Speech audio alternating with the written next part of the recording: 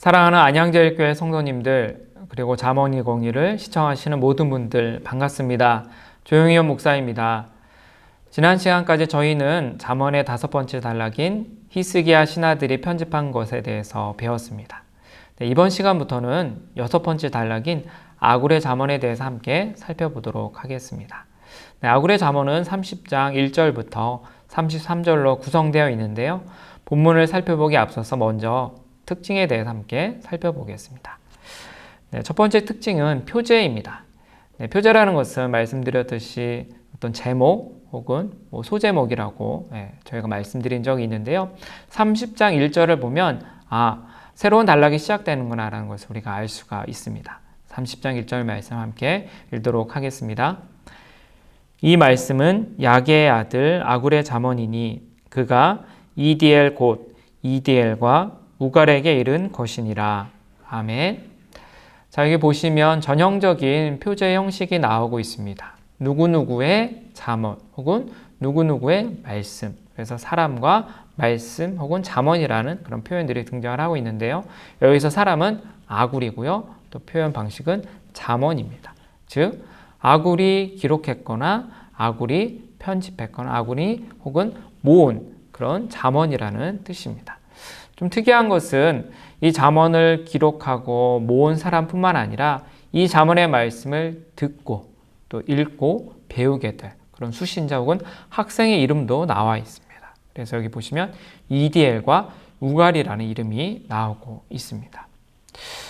자, 그러면 두 번째 특징으로 넘어가면서 자연스럽게 과연 아굴은 누구이고 또 이 말씀을 처음에 아굴에게서 듣고 배웠던 이디엘과 우갈은 누구일까라는 궁금증이 들 수 있습니다. 사실 이 아굴이 누구인지에 대해서는 학자들이 많이 연구를 했지만 아직까지 어떤 논의가 합의가 이루어진 것은 없습니다. 그래서 어떤 학자들은 이 아굴이라는 사람의 정체에 대해서 이렇게 이야기를 합니다. 30장 1절에 나오는 아굴의 잠언이라 할 때 이 잠언이라는 히브리어 단어가 이제 마사인데요. 이 마사라는 단어가 창세기 25장 14절과 또 역대상 1장 30절에 나오는 마사라는 사람의 이름과 같습니다. 그래서 아마도 이 아굴이라는 사람은 이스마엘의 후손이 아닐까라고 어떤 학자들은 추측을 합니다. 그런데 어디까지나 이것은 추측이 있고 논의가 확정된 것은 아닙니다. 또한 아굴의 아버지로 기록된 이 야게라는 사람의 이름도 나오고 있는데 이 야게라는 이름이 다른 구약 성경에는 잘 등장하지 않고 있습니다. 또한 이 말씀을 듣는 이디엘과 우갈이라는 이름도 좀 생소한데요. 이디엘이라는 그 이름은 느헤미야 11장 7절에 한번 등장하는 적이 있습니다. 그런데 거기에 나오는 이디엘과 또 여기에 나오는 이디엘이 동일 인물인지는 우리가 알 수가 없습니다. 또 우갈이라는 이름도 이 30장 1절에만 나오고 있습니다. 그래서 이름은 등장을 하지만 이 사람들이 누구인지 그 정체가 무엇인지에 대해서는 여전히 우리가 부족한 증거를 가지고 있습니다. 아굴의 잠언 세 번째 특징은 내용과 형식에 있어서 다른 잠언과 좀 다른 부분이 있습니다. 내용을 보자면 1장부터 29장까지에서는 어떤 삶의 다양한 분야에 대한 어떤 교훈을 전해주고 그 가운데 있는 하나님의 섭리 또 하나님의 어떤 인도하심을 강조하는 그런 내용이었다면 이 아굴의 잠언은 다소 염세적이고 또 회의적인 그런 내용들이 등장을 하고 있습니다. 그래서 자신을 비하하고 또 자신에게 어떤 지혜가 부족하다고 이야기를 하면서 하나님의 어떤 창조활동, 섭리를 다 이해할 수 없는 연약한 자신의 부분을 인정한다고 고백을 하고 있습니다. 또 형식적인 부분을 보자면 10절부터 33절까지는 특별히 숫자를 이용한 숫자 잠언이 많이 등장을 하고 있습니다. 그래서 우리가 잠언 6장에서 한번 숫자 잠언을 살펴본 적이 있었는데 이 30장 10절부터 33절에 이 숫자 잠언이 집중적으로 나타나고 있는 것이 특징입니다.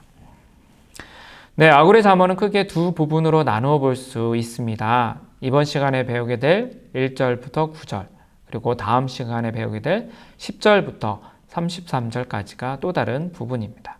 그래서 오늘 배우게 될 1절부터 9절까지에서는 하나님의 권능 그리고 말씀에 대한 권위를 강조하는 내용이라면 다음 시간에 배우게 될 10절부터 33절은 숫자를 이용한 숫자 잠언이 많이 등장을 하고 있습니다. 자, 그러면 먼저 2절과 3절 함께 살펴보도록 할 텐데요. 특별히 2절과 3절에서는 아굴이 자신을 짐승이라고 표현을 하면서 자신의 지혜가 부족함을 인정하는 그런 태도를 보이고 있습니다. 그럼 2절을 함께 읽어보도록 하겠습니다. 나는 다른 사람에게 비하면 짐승이라. 내게는 사람의 총명이 있지 아니하니라. 아멘. 자, 여기서 자신을 가리켜서 다른 사람에 비하면 나는 짐승이다라고 아굴이 고백을 하고 있습니다. 자신을 가리켜서 짐승이라고 표현하는 것, 어떻게 보면 시편 22편 6편에 나오는 말씀과도 우리가 비교해 볼 수가 있는데요. 시편 22편 6절을 보시면 나는 벌레요 사람이 아니라 사람의 비방거리요 백성의 조롱거리니이다 라고 고백하고 있습니다. 시편 22편에서는 다른 사람들이 자신을 비하하기 때문에 자신은 다른 사람들에게 벌레와 같다라고 이야기를 했다면 이 잠언 30장 2절에서 아굴은 다른 사람의 자신을 비난하기 때문에 자신을 짐승이라고 표현한 것은 아닙니다. 스스로를 생각할 때 자신에게는 지혜가 부족하기 때문에 지식이 부족하기 때문에 총명이 부족하기 때문에 자신을 가리켜서 짐승이라고 이야기를 한 것입니다. 자, 원문을 보면 이렇게 우리가 직역을 해볼 수가 있습니다. 나는 어리석어서 혹은 나는 야만적이어서 사람보다도 못하다. 어떻게 보면 짐승이라는 말이 직접적으로 나오고 있지는 않지만 야만적이어서 혹은 어리석기 때문에 다른 사람보다 못하다라는 것을 우리 개역 개정 성경에서는 다른 사람에게 비하면 짐승이라고 표현한 것입니다. 자, 중요한 것은 다른 사람과 비교했을 때 자신에게는 그런 총명이 부족하다고 지금 후반절에서 고백을 하고 있습니다.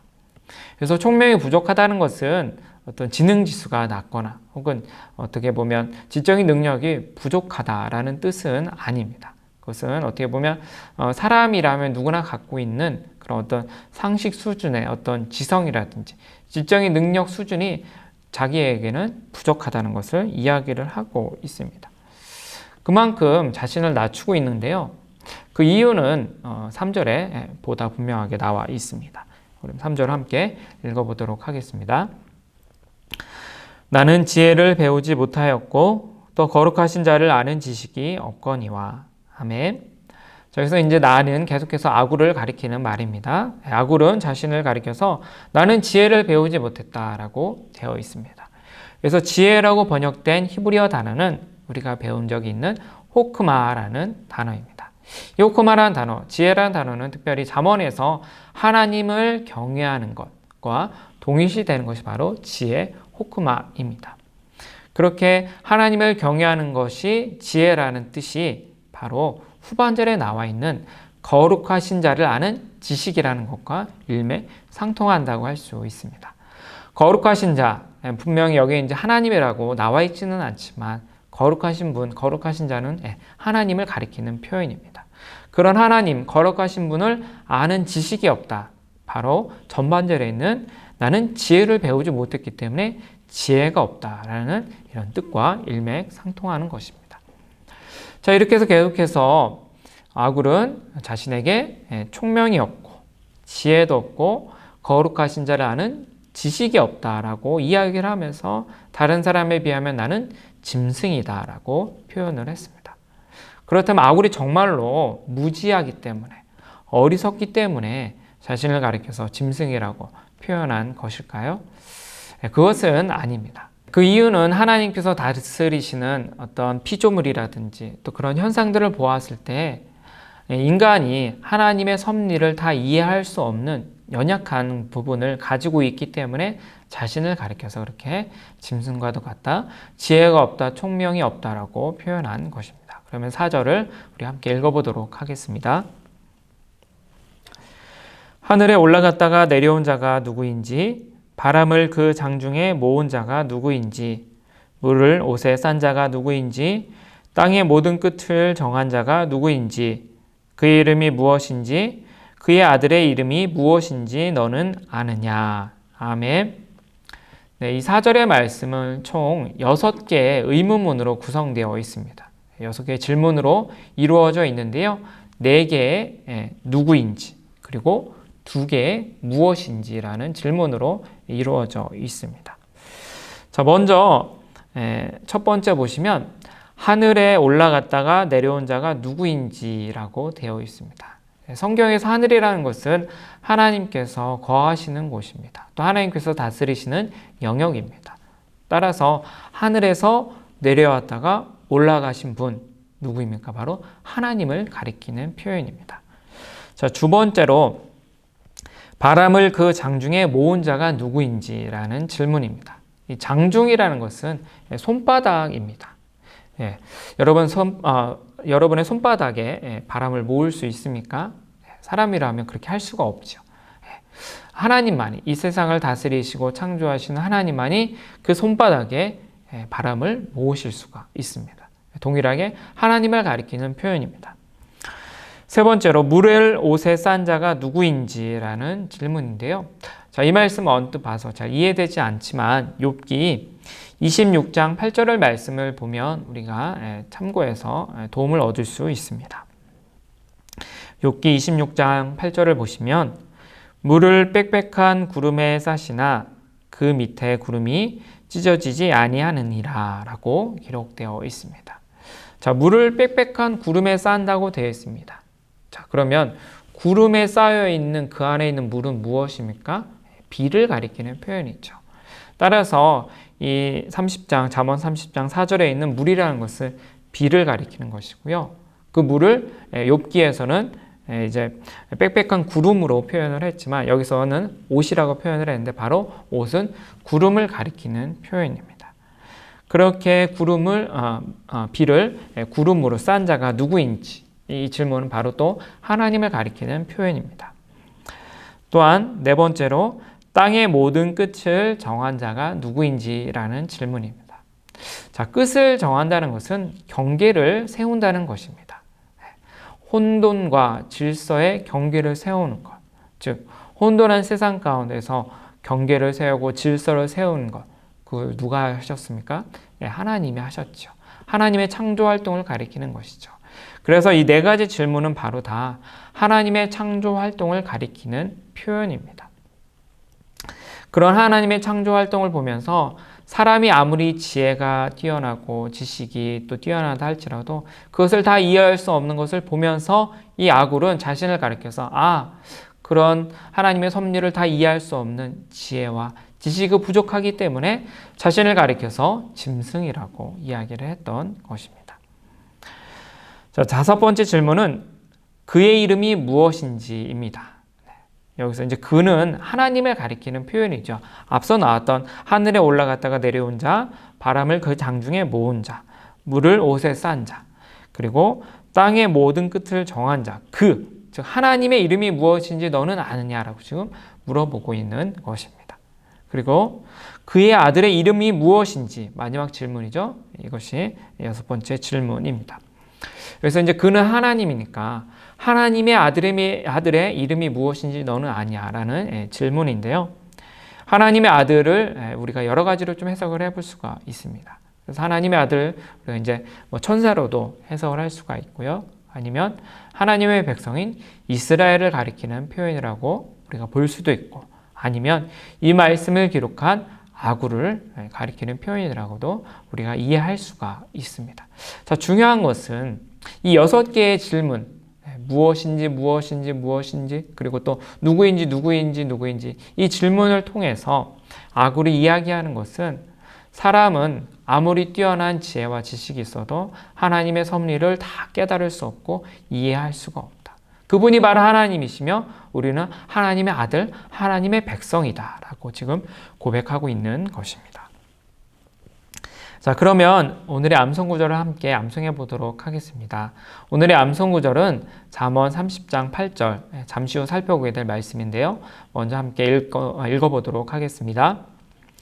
곧 헛된 것과 거짓말을 내게서 멀리 하옵시며 나를 가난하게도 마옵시고 부하게도 마옵시고 오직 필요한 양식으로 나를 먹이시옵소서. 아멘.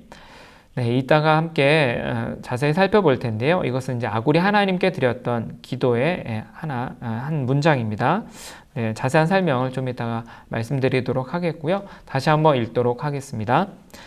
곧 헛된 것과 거짓말을 내게서 멀리 하옵시며 나를 가난하게도 마옵시고 부하게도 마옵시고 오직 필요한 양식으로 나를 먹이시옵소서. 잠언 30장 8절 말씀. 아멘. 네, 그러면 저를 보면서 함께 암송해 보도록 하겠습니다. 곧 헛된 것과 거짓말을 내게서 멀리 하옵시며 나를 가난하게도 마옵시고 부하게도 마옵시고 오직 필요한 양식으로 나를 먹이시옵소서. 잠언 30장 8절 말씀. 아멘. 자, 이어서 그러면 우리 5절의 말씀을 함께 살펴보도록 할 텐데 5절은 하나님의 말씀에 대한 권위와 또 하나님의 보호하시는 능력에 대해서 강조하고 있습니다. 5절 말씀입니다. 하나님의 말씀은 다 순전하며 하나님은 그를 의지하는 자의 방패시니라. 아멘. 자, 여기서 순전하다라는 것은 순수하고 완전하다라는 것인데요. 원래 이 순전하다라고 표현된 히브리어 의미에 있어서는 정죄하다라는 뜻이 있습니다. 정죄한다는 것은 어떤 불순물을 제거한다는 것이죠. 그렇게 본다면 하나님의 말씀은 불순물이 제거된 참으로 순수하고 완전하다라는 그런 뜻입니다. 자, 그리고 후반절 보시면 하나님은 그를 의지하는 자의 방패시니라 라고 말씀을 하고 있습니다. 여러분, 방패라는 것은 어떤 상대방의 공격으로부터 나를 보호해주는 어떤 무기, 도구라고 할 수가 있죠. 마치 하나님께서는 하나님을 의지하는 사람에게 방패가 되어주셔서 어떠한 고난과 어려움으로부터 그를 보호해 주신다고 이 말씀을 통해서 약속하고 있습니다. 네, 또한 6절을 함께 읽어보도록 하겠습니다. 너는 그의 말씀에 더하지 말라. 그가 너를 책망하시겠고 너를 거짓말하는 자가 될까 두려우니라. 아멘. 네, 이 말씀에 따르면 전반절에 너는 그의 말씀에, 즉 하나님의 말씀에 더하지 말라라고 당부하고 있습니다.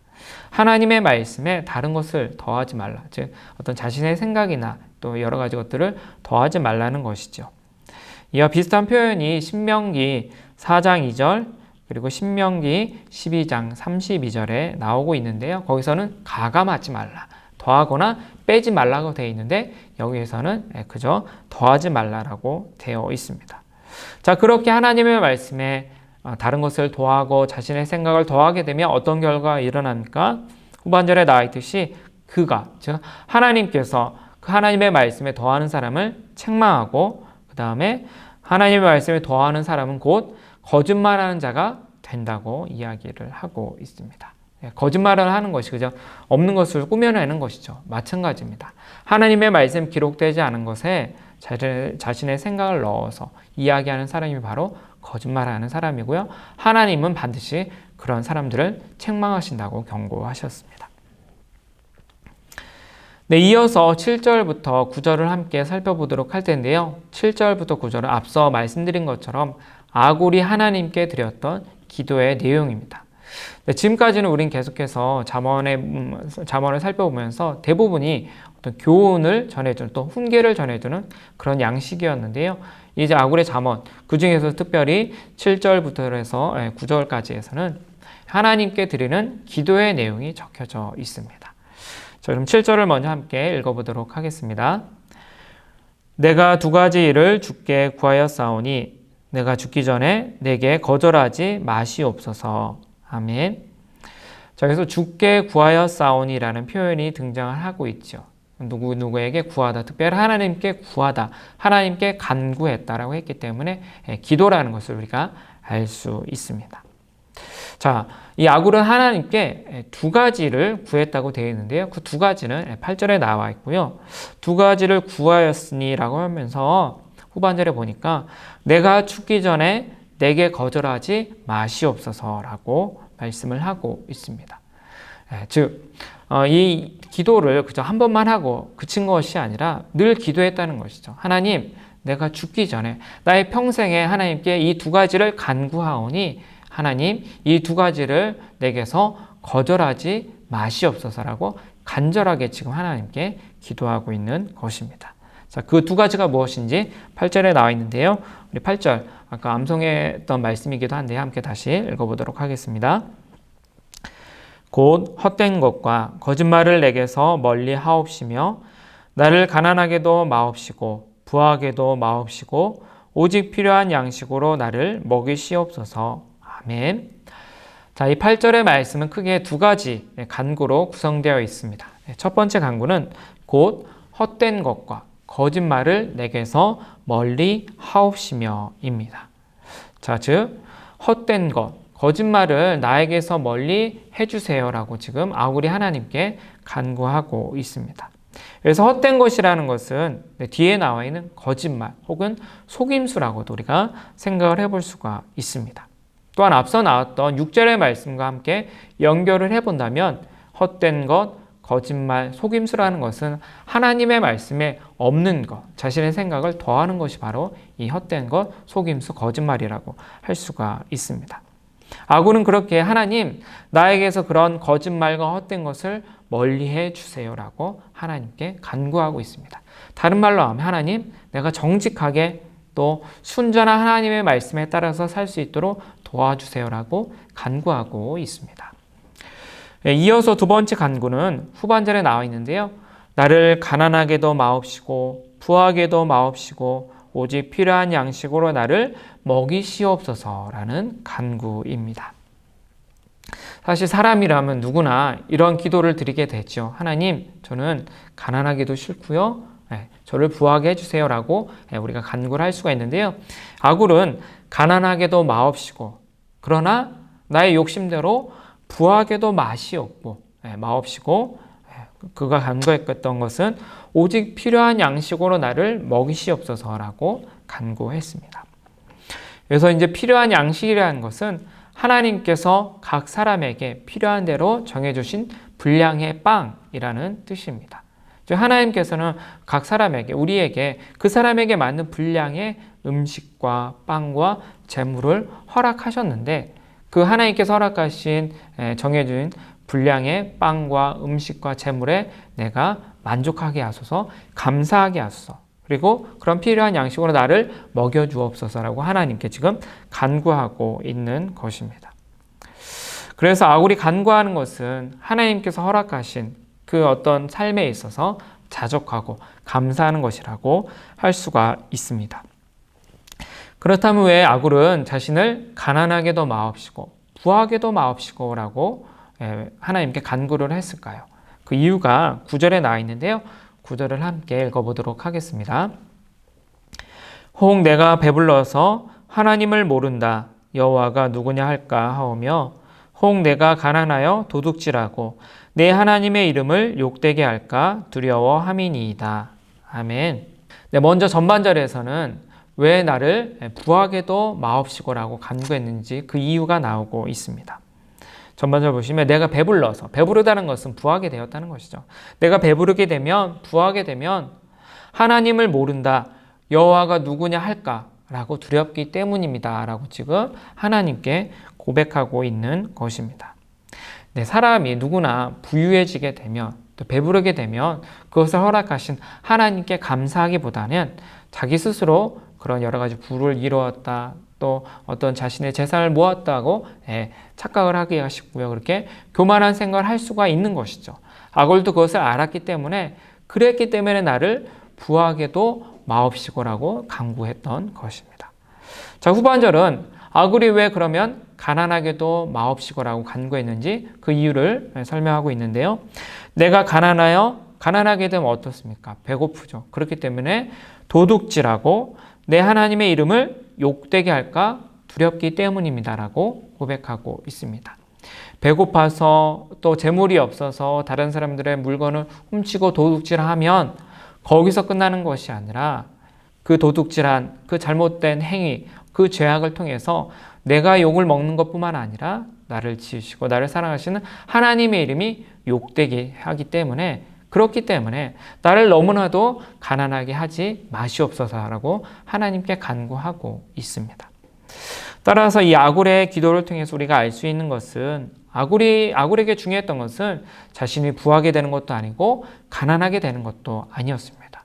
아굴에게 정말로 중요한 것은 자신이 가난하든지 부하든지 하나님의 이름이 영광스러워지는 것. 그리고 그것을 위해서는 나를 가난하게도 마옵시고 부하게도 마옵시고 오직 하나님께서 보실 때 나에게 꼭 필요한 양만큼 필요한 양식으로 나를 먹이실 때 내가 감사하고 자족하는 삶을 허락하옵소서라고 지금 간구하며 그 삶을 내가 살고 싶다라고 지금 이야기하고 강조하고 있는 것입니다. 자, 그러면 오늘 배웠던 것을 함께 복습해 보도록 하겠습니다. 먼저 아굴은 자신을 가리켜서 짐승이라고 낮추고 표현했었는데요. 그 이유는 하나님의 신비한 속성, 또 창조하신 그 하나님의 섭리를 다 이해할 수 없기 때문에 그런 면에서 자신이 인간으로서 가지고 있는 연약함과 무지를 고백하기 위해서 그렇게 표현했던 것입니다. 자, 그리고 4절 보시면 이제 6개의 의문문이 있다는 것을 우리가 함께 살펴보았죠. 그 6개의 의문문은 하나님께서 창조하셨던 그 창조 활동을 가리키는 표현들인데요. 그 표현들을 통해서 우리가 알 수 있는 것은 하나님과 인간 사이에는 아주 큰 간격이 있다는 것을 우리가 알 수가 있습니다. 자, 세 번째로 하나님의 말씀에 대해서 배웠는데요. 하나님의 말씀은 순전, 즉 순수하고 완전하다고 배웠습니다. 그리고 하나님을 의지하는 사람에게는 하나님은 방패와 같다고 말씀을 하셨습니다.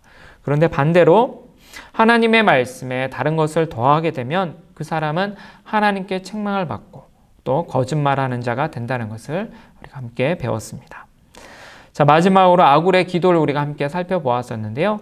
아굴은 하나님께 두 가지를 구했었지요. 첫 번째로는 헛된 것과 거짓말을 멀리하게 해달라고. 두 번째는 가난하게도 마옵시고 부하게도 마옵시고 오직 필요한 양식으로 자신을 먹여 주옵소서라고 하나님께 기도를 했었습니다. 그렇게 두 가지 기도를 드리면서 특별히 후반절에 그 필요한 양식을 자신에게 공급해 주심으로 말미암아서 하나님께 주신 삶에 내가 감사하고 만족할 수 있도록 해달라고 간구를 드렸다는 사실을 우리가 오늘 또 함께 살펴보았습니다.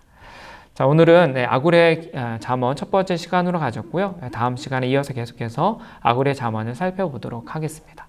자, 그럼 오늘 수고 많으셨고 함께 기도하면서 강의를 마치도록 하겠습니다. 사랑의 하나님, 우리는 하나님의 기쁘신 속성을 다 알 수 없는 연약한 인간입니다. 우리의 무지함을 인정하며 순수한 하나님의 말씀만을 의지할 때 우리의 방패가 되어 주소서. 우리에게서 거짓을 멀리하시고 오직 필요한 양식으로 우리를 먹여 주옵소서. 예수 그리스도의 이름으로 기도드립니다. 아멘.